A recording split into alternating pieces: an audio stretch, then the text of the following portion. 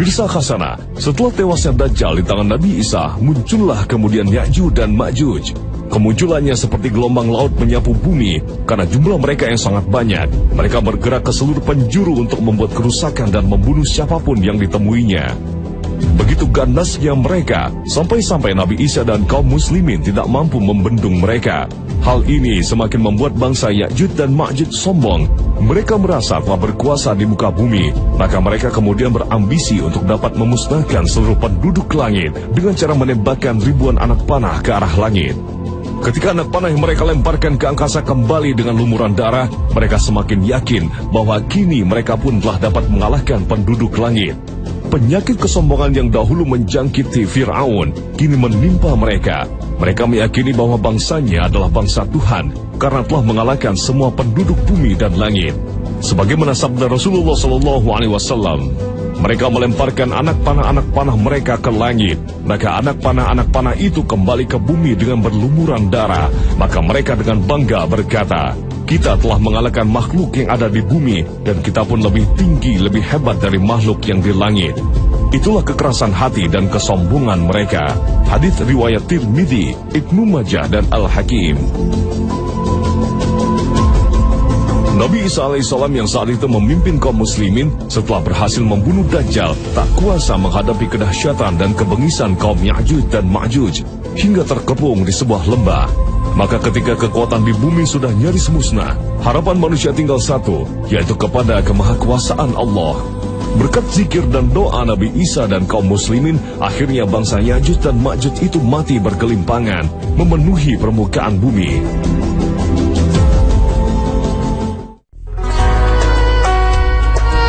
Rasul SAW bersabda, segeralah kamu berbuat kebaikan sebelum terjadinya berbagai fitnah bagaikan malam yang gelap, yang pada saat itu seseorang yang beriman pada pagi hari akan dapat menjadi kafir pada sore harinya, dan orang yang beriman pada sore hari dapat menjadi kafir pada pagi harinya. Selain itu, ia juga menjual agamanya dengan harta benda dunia. Hadits riwayat Muslim. Pemirsa Khasana, siapakah kaum Ya'juj dan Ma'juj yang akan muncul di akhir zaman menjelang kiamat ditegakkan Allah Subhanahu wa Ta'ala? Lalu di manakah mereka saat ini dan apa yang kini mereka lakukan?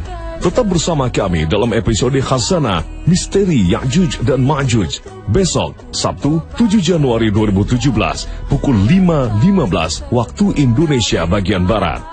Terima kasih atas perhatian Anda. Wassalamualaikum warahmatullahi wabarakatuh.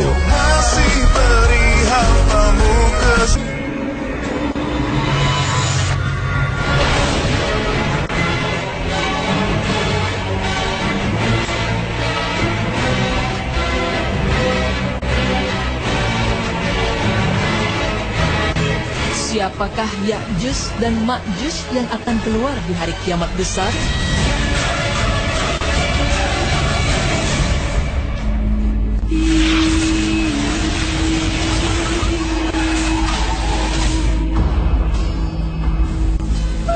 Pemirsa, sebelumnya pernah dijelaskan dalam berita Islami masa kini mengenai kiamat besar.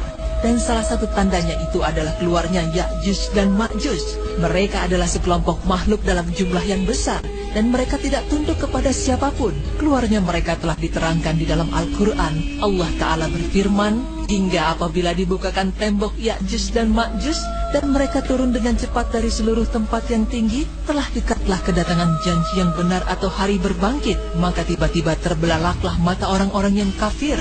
Mereka berkata, aduhai, celakalah kami. Sesungguhnya kami adalah dalam kelalaian tentang ini. Bahkan kami adalah orang-orang yang zalim.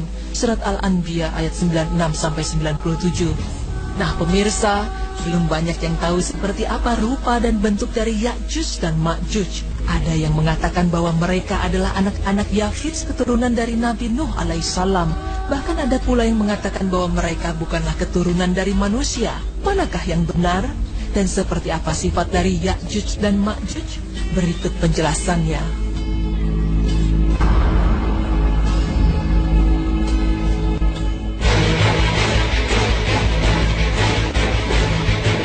Sosok dari makhluk ini ternyata dari jenis manusia dan keturunan dari Adam alaihissalam.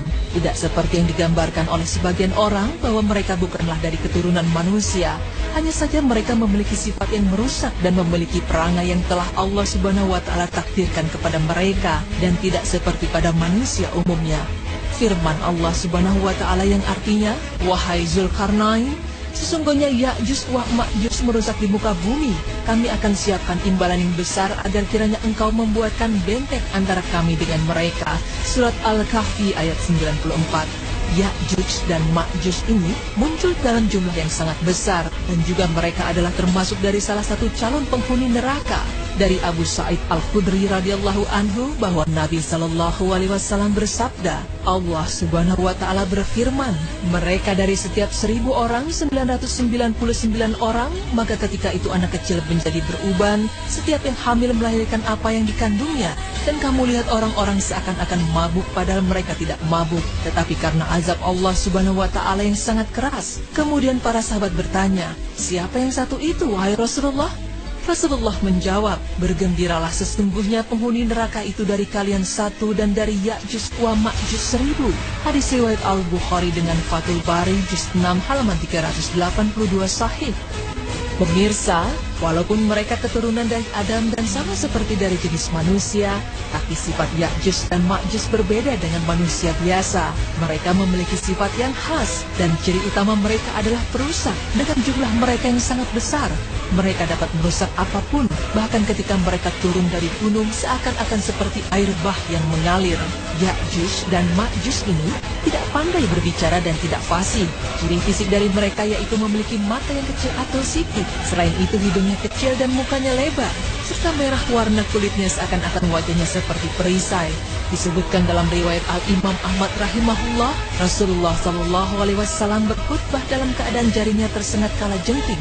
Beliau bersabda, kalian mengatakan tidak ada musuh, padahal sesungguhnya kalian akan terus memerangi musuh sampai datangnya Ya'juj wa Ma'juj. Lebar mukanya, kecil atau sipit matanya, dan ada warna putih di rambut atas. Mereka mengalir dari tempat-tempat yang tinggi, seakan-akan wajah-wajah mereka seperti perisai. Hadis riwayat Ahmad.